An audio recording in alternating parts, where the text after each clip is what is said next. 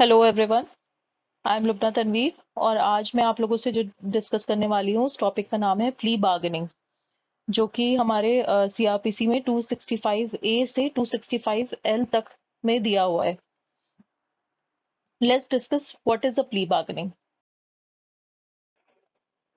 Plea bargaining is basically the process by which the accused pleads guilty before the victim and the victim agrees to minimize the sentence of the accused in lieu of compensation. Plea bargaining का process जो होता है उसमें accused guilty plead करता है victim के सामने। Victim जो है वो अग्री करती है to minimize the sentence of the accused, compensation लेकर कंपनसेशन के बदले उसके सेंटेंस का मिनिमाइजेशन हो जाता है। इस प्रोसेस को हम प्ली बार्गेनिंग कहते हैं। इंडिया और इंग्लैंड में क्या होता है कि अक्यूज जो है वो बार्गेन करता है लेसर सेंटेंस के लिए। यूएसए में क्या होता है, यूएसए में चार्ज बार्गेनिंग होता है।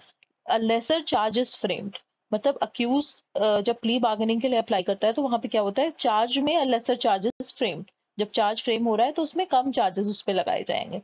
लेकिन इंडिया में ऐसा नहीं होता है, इंडिया में अक्यूज लेसर सेंटेंस के लिए बार्गेन करता है। तो ये जो हमारा प्ली बार्गेनिंग का प्रिंसिपल है वो it is based on the principle of restorative compensatory justice. Compensatory justice पे बेस्ड है ये आपका प्ली बार्गेनिंग का जो कॉन्सेप्ट है। अब क्या है कि अब देखते हैं बेनिफिट्स क्या है प्ली बार्गेनिंग के। बेनिफिट्स क्या है कि it reduces the burden of cases in the court. Burden कम करता है कोर्ट का। It benefit several under trial prisoners, under trial जो प्रिजनर्स हैं उनके लिए भी बेनिफिट है ये। प्ली बार्गेनिंग अगर हो जाती है तो कम प्रिजनर्स होंगे। उसके बाद फिर it reduces the cost of litigation, therefore reducing the financial loss of parties. Obviously plea bargaining अगर पहले हो जाती है तो कॉस्ट जो है लिटिगेशन का वो भी घट जाता है, तो फाइनेंशियल लॉस में जो पार्टीज जो है वो नहीं जाती है। ये तो हो गया हमारा बेनिफिट्स। अब क्या है, अब हिस्ट्री देखते हैं। हिस्ट्री क्या है हमारी प्ली बार्गेनिंग की। हिस्ट्री ये है कि सुप्रीम कोर्ट ने मुरलीधर मेघराज लोया वर्सेस स्टेट ऑफ महाराष्ट्र, ये केस है आपका 1976 का। इसमें सुप्रीम कोर्ट ने और एक केस है कसम भाई Abdul Rahman Bhai Sheikh versus state of Gujarat. ये दोनों ही केस आपके बहुत इंपॉर्टेंट है। इन दोनों केस में सुप्रीम कोर्ट ने रिजेक्ट किया था the idea of plea bargain on the ground that it is against the public policy. किस ग्राउंड पे प्ली बार्गेनिंग को रिजेक्ट किया था कि it is against the public policy, कि आप अक्यूज को लेसर सेंटेंस दे रहे हैं क्राइम के लिए। तो फिर क्या हुआ, फिर ट्वेल्थ लॉ कमीशन जो है हमारी, twelfth law commission in 142nd report, 142nd report 1991 में और 156 रिपोर्ट 1996 में, इन्होंने लॉ कमीशन ने रिकमेंड किया the introduction of plea bargaining. फिर फाइनली मालेमत कमेटी, जो कि हमें पता है, Malimath committee made the same recommendation in the year 2003। Malimath committee ने भी यही रिकमेंडेशन किया प्ली बार्गेनिंग के लिए। तो जो कॉन्सेप्ट था प्ली बार्गेनिंग का, it was finally introduced under section 265 A to L of CrPC. ये 2006 में आपका फाइनली सीआरपीसी में इंट्रोड्यूस किया गया। ये हमारी हिस्ट्री है। ये आपके बहुत इंपॉर्टेंट है। आपको मेंस में अगर क्वेश्चन आता है प्ली बार्गेनिंग से तो आप ये हिस्ट्री से हिस्ट्री लिख सकते हैं, इंट्रोड्यूस कर सकते हैं अपने टॉपिक को। उसके बाद आगे अब ये एक मैंने चार्ट बनाया है, इसमें मैंने आपका पूरा प्रोसीजर डिफाइन किया है प्ली बार्गेनिंग का। इस चार्ट का आप चाहें तो आप स्क्रीनशॉट ले लें। ये चार्ट पूरा आपके प्ली बार्गेनिंग के प्रोसीजर को डिफाइन करता है बहुत शॉर्ट में। तो स्टार्ट करते हैं। सबसे पहले क्या होता है प्रोसीजर। प्रोसीजर ये होता है कि accused will make an application to the court. Accused जो है वो एप्लीकेशन देगा कोर्ट को, that I understand the nature of offence. पहला तो वो ये बोलेगा कि I understand the nature of offence. उसके बाद वो बोलेगा I want to apply for plea bargaining. मैं नेचर जानता हूँ ऑफेंस का और मैं अप्लाई कर रहा हूँ प्ली बार्गेनिंग के लिए। और वो थर्डली ये बात बोलेगा कि I have not been convicted for this offence earlier, और इस ऑफेंस के लिए मुझे पहले कन्विक्ट नहीं किया गया है।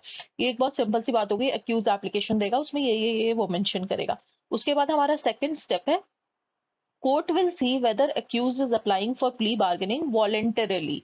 तो ये जो वॉलेंटरली वर्ड है ये बहुत इंपॉर्टेंट है। यहाँ पे कोर्ट ये देखेगा कि एक्यूज जो है वो वॉलेंटरली अप्लाई कर रहा है या नहीं इस प्ली बार्गेनिंग के लिए।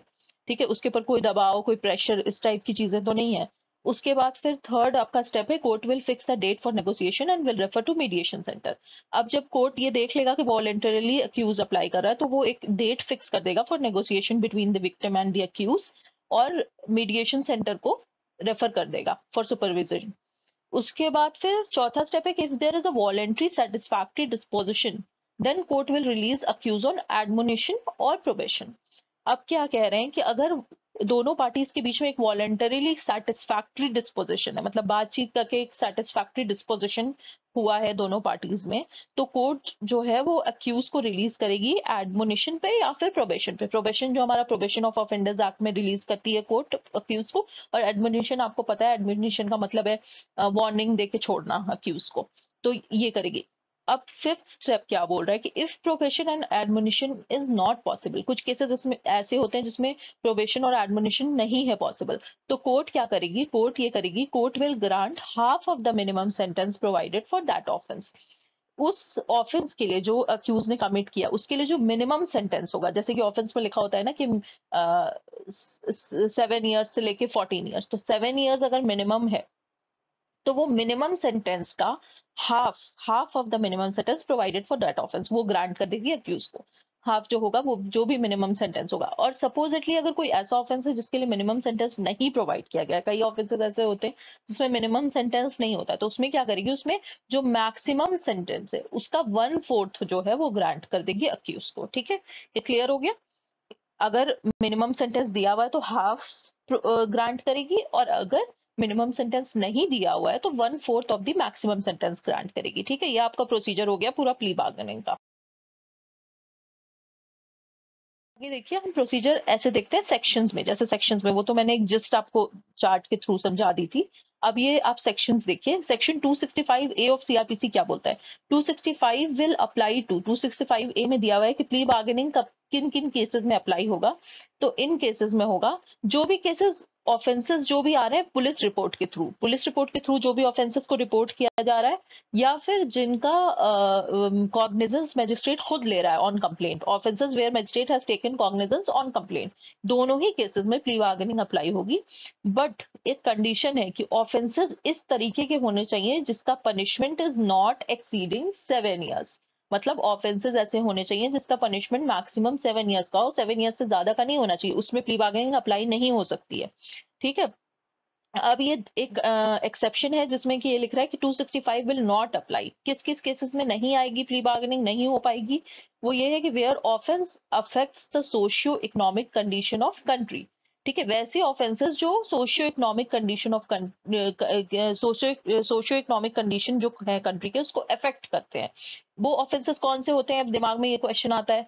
वो offences supposedly dowry prohibition act, immoral trafficking, कोई ऐसा ऑफेंस हुआ है, वो जो ऑफेंसेस होते हैं। अच्छा, ये 265 में ही हमारे दिया हुआ है कि वो सोशियो इकोनॉमिक ऑफेंसेस जो है वो टाइम बाय टाइम गवर्नमेंट जो है वो वाई नोटिफिकेशन नोटिफाई करती रहेगी कि कौन से ऑफेंसेस सोशियो इकोनॉमिक ऑफेंसेस हैं, तो उससे हमें पता चल जाएगा कि कौन से ऑफेंसेस हैं उस पर प्ली बार्गेनिंग अप्लाई नहीं होगी। ठीक है, और दूसरा एक्सेप्शन है where offence has been committed against a woman और child below the age of 14 years. अगर कोई ऑफेंस किसी लड़की या औरत के खिलाफ हुआ है, और या फिर किसी ऐसे बच्चे के अगेंस्ट हुआ है जो जिसकी एज 14 ईयर्स से कम है, तो उसमें भी प्ली बार्गेनिंग अप्लाई नहीं होती है, हमारा 265 ए है। अब आगे बढ़ते हैं। 265 बी क्या कहता है कि एक्यूज जो है, एक प्रोसीजर बता रहा है कि एक्यूज एक एफिडेविट देगा, जो मैंने आपको पहले भी बताया कि I have applied voluntarily after knowing nature and extent of offense and I have not previously convicted for the same offense। कि मैंने वॉलेंटरली इस प्ली बार्गेनिंग के लिए अप्लाई किया है और मैं प्रीवियसली कभी कन्विक्ट नहीं हुआ हूं फॉर दिस ऑफेंस। ठीक है, उसके बाद क्या होगा, प्रोविजन क्या कह रहा है कि हियरिंग जो होगी कोर्ट में वो इन कैमरा होगी। हियरिंग कोर्ट में इन कैमरा होगी, कैमरे में होगी हियरिंग जो होगी। थर्ड पॉइंट क्या है 265 बी का, कि अगर वो वॉलेंटरीली, कोर्ट को लग रहा है कि अक्यूज ने वॉलेंटरीली अप्लाई किया, तो कोर्ट क्या करेगी, कोर्ट टाइम देगी फॉर म्यूचुअल सेटिस्फैक्ट्री डिस्पोजिशन। दोनों पार्टीज को मीडिएशन सेंटर में भेज देगी, दोनों पार्टीज आपस में डिस्कस कर लेंगी और एक म्यूचुअल सेटिस्फैक्ट्री डिस्पोजिशन हो जाएगा। और इनवॉलेंटरीली अगर लग रहा है कोर्ट को कि उसने इनवॉलेंटरीली अप्लाई किया है फॉर प्री बार्गेनिंग, तो क्या करेगी, कोर्ट प्रोसीड करेगी further in accordance with the court. मतलब जैसे ट्रायल चलता है आपका वैसे वो प्रोसीड कर जाएगी इन अकॉर्डेंस विद सीआरपीसी। ये हो गया हमारा प्रोसीजर। अब आगे देखते हैं। अब आगे क्या होगा, प्रोसीजर की 265C क्या कहता है। According to section 265C, notice shall be given to public prosecutor, police officer, accused and the victim for a mutual satisfactory disposition. मान लीजिए कि कोर्ट ने देख लिया कि भाई अक्यूज ने वॉलंटरली अप्लाई किया है प्ली बार्गेनिंग के लिए, तो अब आगे क्या करेगी वो, आगे नोटिस भेजेगी to public prosecutor, police officer, accused और विक्टिम, सभी पार्टीज को वो भेजेगी notice for a mutual satisfactory disposition. ठीक है, 265C ये कह रहा है। 265D क्या कहता है, उसके बाद क्या होगा, ये बहुत सिंपल सा स्टेप बाय स्टेप प्रोसीजर है, आप ऐसे भी याद रख सकते हैं।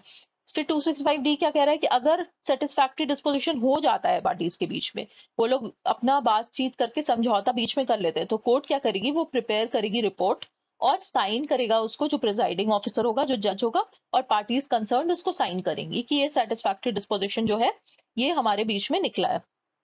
और अगर उस केस में जिसमें कि डिस्पोजिशन नहीं हो पाता है, if no such disposition has been worked out, the court shall record and proceed further in accordance with the court. अगर कोई समझौता नहीं हो पाता है, नहीं बातचीत से कुछ डिस्पोजिशन हो पाता है, तो कोर्ट क्या करेगी, court shall record it in writing and proceed further in accordance with the court. फिर वो प्रोसीड करेगी ट्रायल पे जैसे होता है। ठीक है, ये हमारा हो गया 265C और D। 265E, अब ये कह रहे हैं कि disposal of cases where mutual disposition has been worked out. अगर वर्क हो गया है, म्यूचुअल डिस्पोजिशन निकल के आ गया है उन लोगों की बातचीत से, तो क्या स्टेप होगा, स्टेप ये होगा कि पहले तो कोर्ट कंपनसेशन अवार्ड करेगी विक्टिम को। जो भी कंपनसेशन लोगों के बीच में डिसाइड हुआ होगा for lesser sentence of accused, वो कंपनसेशन अवार्ड होगा विक्टिम को, और कोर्ट जो है वो अक्यूज को प्रोबेशन और एडमोनिशन पे छोड़ देगी। ठीक है, जो पहले स्टेप हमने देखा था कि अगर म्यूचुअल डिस्पोजिशन हो जाता है तो कोर्ट कंपनसेशन देती है विक्टिम को, और उसके बाद उसको अक्यूज को प्रोबेशन और एडमोनिशन पे छोड़ देती है, रिलीज कर देती है। अब क्या है सेकंड स्टेप, अगर प्रोबेशन और एडमोनिशन नहीं अलाउड है, तो पहले मैंने बताया था आपको कि half of the minimum sentence for the offence provided for the offence will be awarded to the accused. जो भी ऑफेंस कमिट किया है एक्यूज ने, उसका जो मिनिमम सेंटेंस है उसका हाफ, जैसे सपोजिटली अगर मिनिमम सेंटेंस कह रहा है 7 years, तो हाफ क्या होगा, 3.5 years। 3.5 years का उसको सेंटेंस अवार्ड करेगी एक्यूज को, जहां पे प्रोबेशन और एडमिनिशन अलाउड नहीं है। और अगर कोई ऐसा मिनिमम सेंटेंस नहीं दिया हुआ, सपोजिटली कोई ऑफेंस के लिए मिनिमम सेंटेंस नहीं दिया हुआ है, तो क्या होगा, तो फिर 1/4 of the maximum sentence will be granted. ठीक है, 1/4 जो भी मैक्सिमम आपके सेंटेंस होगा उस ऑफेंस के लिए, उसका 1/4 ग्रांट किया जाएगा। ये दो रूल है जहां पे प्रोबेशन और एडमोनिशन नहीं अलाउड है। ठीक है, ये तो उसके बाद हम आते हैं एफ और जी पे, 265F और 265G। 265F पे बहुत ही सिंपल सी बात कही गई कि दो court shall deliver its judgement in the open court में डिलीवर करेगी judgement court, and same shall be sign by the presiding officer of the court. जज उस जजमेंट पे साइन करेगा। ये तो बहुत नॉर्मल सी बात है, 265F में दी हुई है। 265G में एक बहुत इंपॉर्टेंट बात है जो कि हमें याद रखनी है कि the judgment delivered by the court shall be final and no appeal except the special leave petition under Article 136 of Indian Constitution shall lie in any court against such judgment। क्या कह रहा है हमारा 265G कि judgement जो है deliver किया है जो कोर्ट ने इस प्ली बार्गेनिंग वाले केस में, it shall be final and no appeal, कोई भी अपील लाई नहीं करेगी किसी भी कोर्ट में अगेंस्ट सच जजमेंट। जैसे कि नॉर्मल जजमेंट में हमारे अपील लाई करती है, हम जाते हैं अपील में हायर कोर्ट्स में, तो इसमें ये कह रहे हैं कि कोई अपील लाई नहीं करेगी except there is one exception, special leave petition under article 136 of Indian constitution. अगर आपको स्पेशल लीव पिटिशन में जाना है under article 136 of Indian constitution, तो आप जा सकते हैं। अदरवाइज कोई भी अपील जो है वो लाई नहीं करेगी अगेंस्ट सच जजमेंट। तो ये आपका पूरा प्रोसीजर था प्ली बार्गेनिंग का। थैंक यू सो मच, आज मुझे यही डिस्कस करना था आप लोगों से। Thank you.